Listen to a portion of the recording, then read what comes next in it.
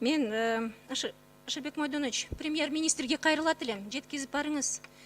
Бизде айрым мамлекеттик органдардын жетекчилери лоббировать этип, өзүн организацияга, өзүн ведомствонага фонддор ачып койгон.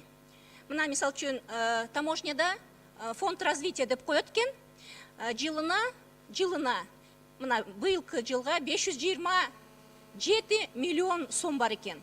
Бул 527 сом аябай чоң көлөмдө акча, полмиллиарда.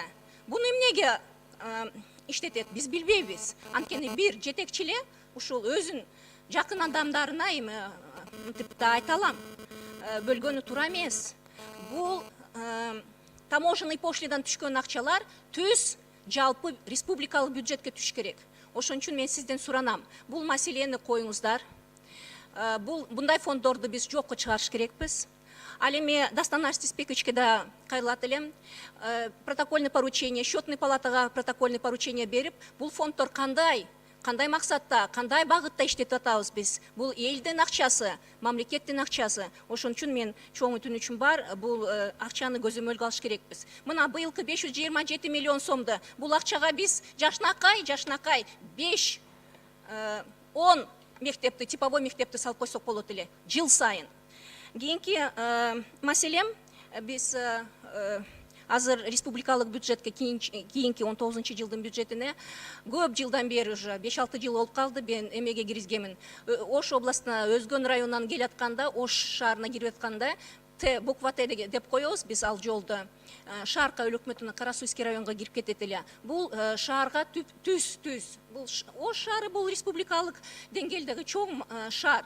Постоянно пробки. Ошол жерде биз жолду киргизгенбиз. Дагы эле бир жылыш жокта, бир документтери даяр болду деп министрликтен угам, бирок чындыгында башка жылыштар жок. Мен өтүнөм, сиздер карап коюңуздар.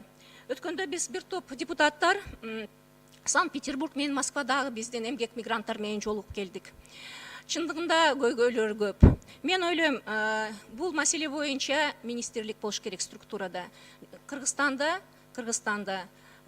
чоң 1,5 миллионга, 1 миллионга жакын эмгек миграцияда жүргөн жарандарга мен ойлойм өзгөчө орган, мамлекеттик орган болуш керек. Анткени статус министерства выше, чем комитет.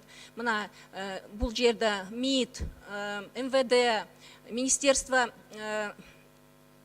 булар на уровне как члены правительства иштеш керек. Ошон үчүн мен ойлойм, комитеттин статусун бийигирээк кылып, бул чоң көйгөйлөрдү чечкенге мындай мүмкүнчүлүк болот эле. Мен ушул өтүнүчү премьер-министрге